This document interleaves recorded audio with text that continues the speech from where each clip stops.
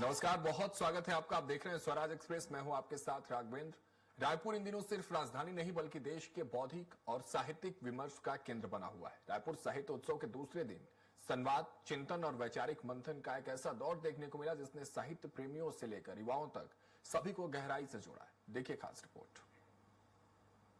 के दूसरे दिन का आगाज हुआ लोक साहित्य और जनजीवन से जुड़े विमर्श के साथ। लाला जगदलपुरी मंडप में आयोजित परिचर्चा में छत्तीसगढ़ के लोकगीतों की समृद्ध परंपरा पर चर्चा हुई। वक्ताओं ने कहा कि लोक साहित्य जनता की भावनाओं और अनुभूतियों से उपजाए ऐसा साहित्य है जो समय के साथ और अधिक प्रासंगिक होता जाता है।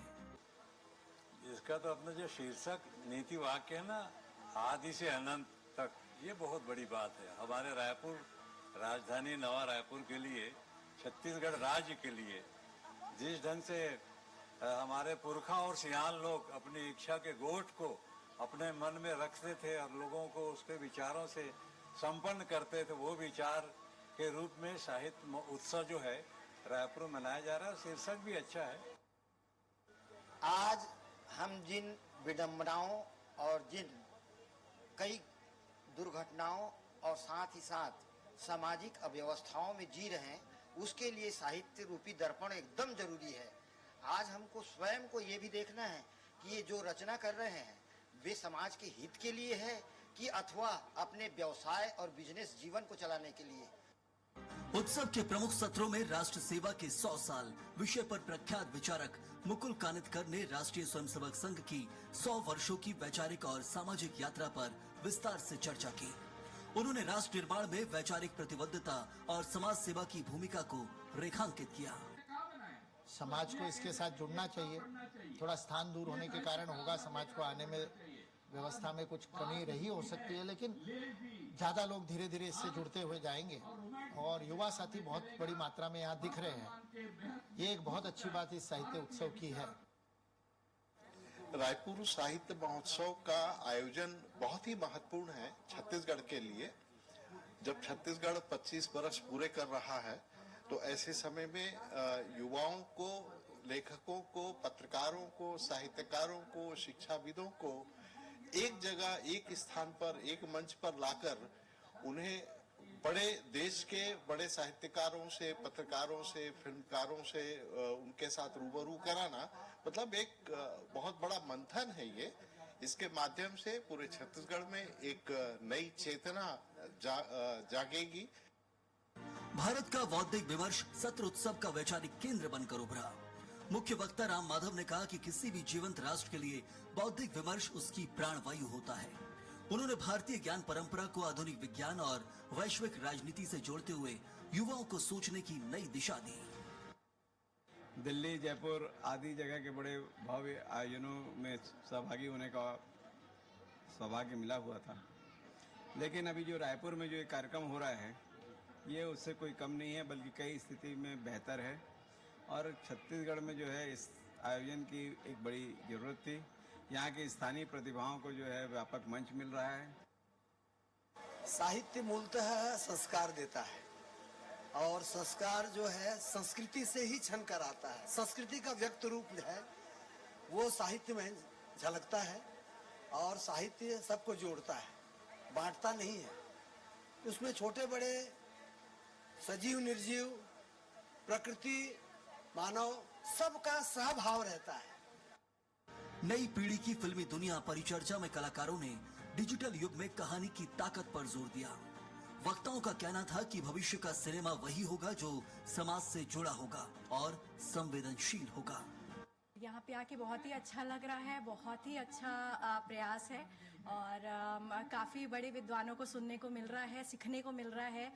जैसा कि पुस्तक मेला लगा हुआ है, हम छत्तीसगढ़ के सारे लोग चीज़ों को यहाँ पे देखने को मिले, चाहे वो राउत नाचा हो, पंथी हो, गेड़ी हो, तरह तरह की चीज़ें यहाँ पे देखने को मिल रही है।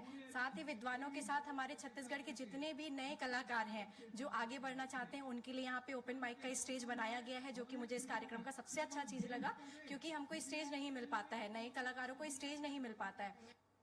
हम लोग जैसे साहित्य से जुड़े हुए लोग हैं तो हम लोग के लिए एक तरह से एक त्योहार की तरह है, तो बहुत अच्छा लगा और बहुत अच्छे अच्छे कार्यक्रम हैं, पुस्तक वगैरह देख रहे हैं तो बहुत अच्छा लगा।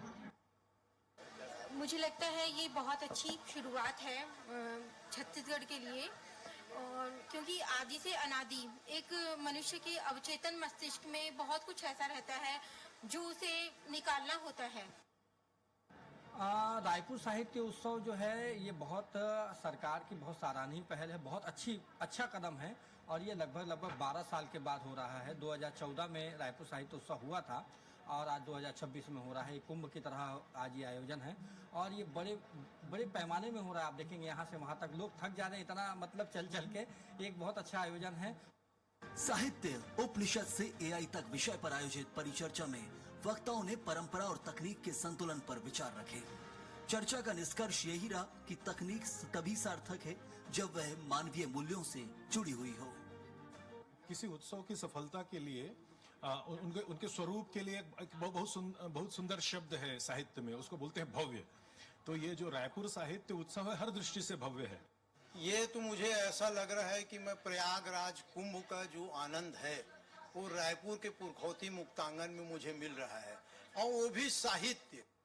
क्योंकि मैं साहित्य से संबंधित हूँ तो मुझे साहित्य में रुचि होने के कारण, क्योंकि आज कहानी पर चर्चा होनी थी और इसलिए मैं यहाँ आई। उत्सव में ओपन माइक मंच ने युवाओं को अपनी रचनात्मकता दिखाने का अवसर दिया। किताब मेले में साहित्य प्रेमियों की भारी भीड़ दिखी, तो वहीं गढ़ कलेवा में छत्तीसगढ़ी व्यंजनों का स्वाद लोगों को अपनी ओर खींचता रहा। जी मुझे सुनने में आया है कि ये दूसरी बार छत्तीसगढ़ में हो रहा है 15 साल बाद, और हम युवा हैं तो हमारे लिए तो ये पहली बार ही हो रहा है। सीखने को तो बहुत चीजें मिली, यहाँ पे बहुत सारे विषयों पर सत्र हुए हैं, और उसी के साथ साथ में हम लोग ये देख रहे हैं कि यहाँ पे एक ओपन माइक का सेशन है। बहुत अच्छा लग रहा है कि मुझे बहुत बड़ा मतलब अपॉर्चुनिटी मिला है यहाँ पे गाने के लिए। मैं यहाँ गाना गा रही हूँ, तो मेरे को तो बहुत खुशी हो रही है कि इतना बड़ा स्टेज मिला है, तो कुछ ना कुछ तो अच्छा होएगा ही। उन लेखकों और उन कवियों से मुलाकात होगी, उनसे मुलाकात करके बहुत अच्छा लगा, और यहाँ बहुत सारी अच्छी व्यवस्था की गई है और हमें कई सारी चीज़ें देखने को मिली।